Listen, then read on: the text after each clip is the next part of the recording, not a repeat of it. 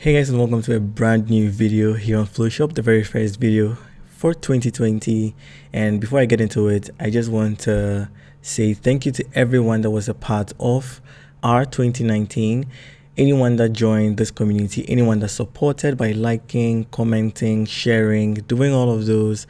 I really am grateful for all of you, and I hope we have a massive 2020 by even doing more of what we did in 2019. So I'm also going to make sure I create a lot of content for you guys. I really want to share a lot because I have like so many things in my head. I can't wait to push them all out and give them to you guys. And yeah, so today's video, if you've already read the title, then I believe you know what it's about. Before I start, I want to let you know that I put a poll in my community tab and a lot of you responded positively. So this image is an outtake from the course that I shot. So I've already shot it. I really want to release it this month. So I am really working hard, like extra hard on it. But this image is not going to make it into the final cut, and that's why I'm using it for this particular tutorial. So in this video, I'm just going to show you a trick that you can use to dodge and burn your images in just a few minutes. Now I know that dodge and burn is a very time consuming process inside of retouching, but you'd see in the folder here, I've already created a group or a folder and named it dodge and burn. That's because I've already done the corrective dodge and burn, added a little bit of contrast. So this dodge and burn technique that I'm going to show you is not going to be the corrective one. We have one for correcting imperfections in the skin, and then we have one that is used for contouring or adding depth to your images. So this video is more about adding depth or that 3D look to your images. So I'm going to go straight into the process. Now what I need to first of all do is create a stamp visible of everything that I have done below, and everything I've done below includes my healing, my frequency separation, and then my corrective dodge and burn. And this corrective dodge and burn, like I said, only corrects like some of the tonal transitions, so not necessarily adding contouring or adding depth to the images. This next step is going to add depth to it. Now the long process of doing what I'm about to show you is also creating a new dodge and burn layer. So if I run a dodge and burn action, for example, and it creates an entire folder with all the dodge and burn layers in there, I now have to go into dodge, for example, and then use my brush to now lighten up any area that I need to brighten. So for example, I can start dodging this area because I know I want to add more light to it. Paint over here as well, paint over there, and paint over the chin, maybe paint over the lips a little bit. And I'm rushing this because this is not the main technique, but I just want to let you know that you can also use the brush and have more control if you want. This is a pretty decent technique. You also need to be skillful. You need to know exactly where you're painting. You need to be adjusting your brush size and doing all of those things. And I feel it can be time consuming. So what I'm about to show you is going to be a shortcut. So if I go to the burn also, I can just paint over the areas I want to darken and just chiseling in here cheek areas. Even if I'm exaggerating this, it's just because I want you guys to be able to see exactly what I'm doing and what I mean by showing you guys a shortcut. So you see I'm painting over all the areas that I want to darken and increasing the contrast basically. So that's the technique. I'm just increasing the contrast between the light and the dark areas in the image, and that's going to in turn create that 3D pop or 3D look to the image. So let's just say I'm done painting on my dodge and burn layers, and so if I just go back into the group and toggle it on and off, you can see that I've exaggerated it.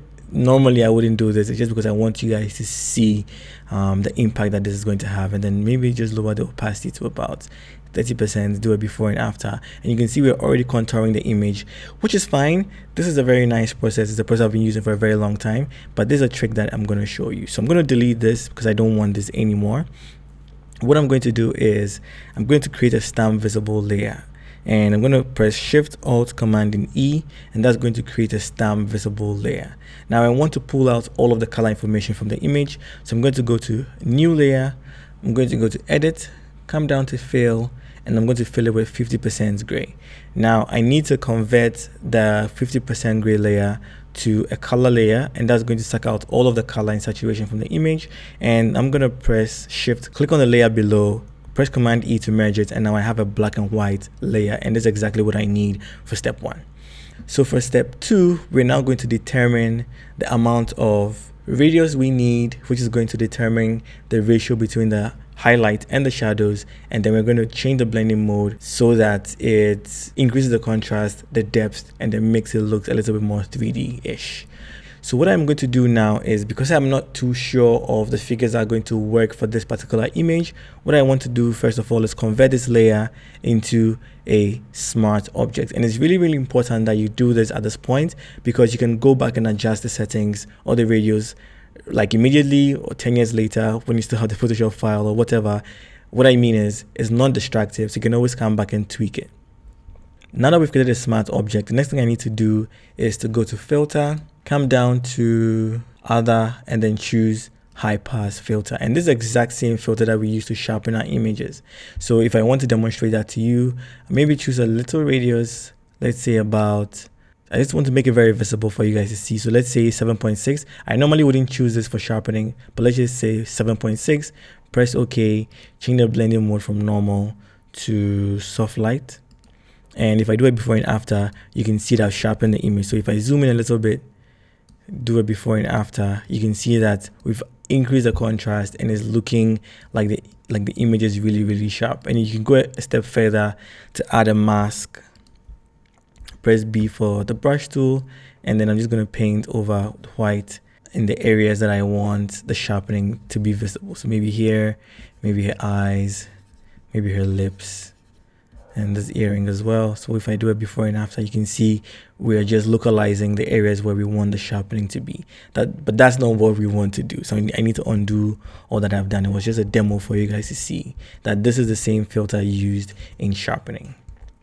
Now I want to use this to add depth to the image, and so we're going to go back into the high pass filter. So I'm going to go to filter, come down again to other, and then select high pass.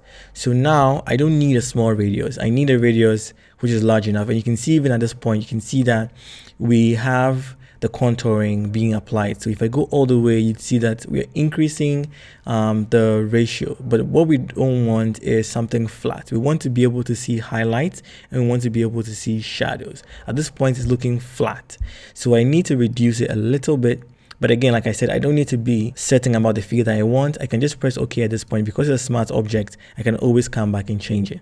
So now that I have that and I've okayed it, you can see that we've created, if I just lift this up a little bit, you can see we've created a high pass, and I can just turn it on and off, or even turn the entire smart filters on and off, and you can see that we can always go back and change the figure. So for example, if I click on the icon right here, I can even change the blending mode. So from normal, let's say I want to go to soft light, I can change it to soft light. I can even reduce the opacity. I can do all those. So let's say okay, and then we've been able to do that to the high pass itself and not the layer. So I can even set the layer itself again to soft light, and you can see that we've been able to apply the contouring, but it's really, really strong.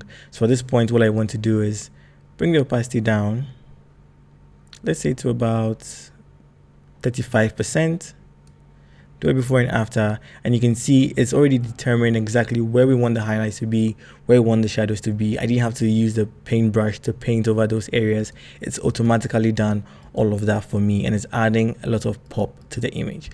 So if I go back and double click right here, I can maybe take the opacity to 100 and change it from soft light back to normal. Press OK, and so we only have that effect on the main layer itself. So here's a before and after. Now you can see the contrast, you can see the whole high pass effect. If I increase the opacity to about 60% and do it before and after, you can see how strong the effect is, and this is exactly what we want.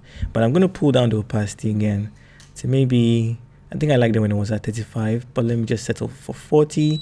So here's a before and after, and you can see quickly we've been able to dodge and bend the image with added depth. So we can go a step further, like I said, because we weren't too sure about the figures we wanted to use. I can double click on the high pass, and then it's going to pop up the high pass filter, and I can go all the way to 1000% and see how that looks. See, it's changing, and then I can even bring it down to, let's say, 13, and that's rather going to sharpen the image instead of dodging and burning. Any radius between 100 and, let's say, 1000 should be able to give it a depth. You can see here we're losing that punch. At 200 we were seeing the punch, so let me just try and keep it at 200. Here's a little before and after. press OK, and you can see that we've been able to add depth and contrast, and increase the overall depth in the image. And yeah, so basically this is all I wanted to show you guys. I'm going to turn on the color grade, and you can see with everything together we've been able to add contrast and depth, maybe even go down on the opacity a little bit more to, let's say, 28%, and that looks really good. We've been able to add punch to the highlights, we've been able to darken down the shadows, and all those combined is what is creating the depth of the image. Yeah, so do let me know what you think about this technique or this shortcut or this trick that I just showed you guys. If you know about it already, let me know in the comments down below. But if you just found out about it and you're going to use it, do let me know in the comments as well. Leave a like, and this is the very first video of 2020, like I said, so let's try and get this video to 200 likes. I would really appreciate it. And yeah, I'll see you guys in the next one. Bye everyone.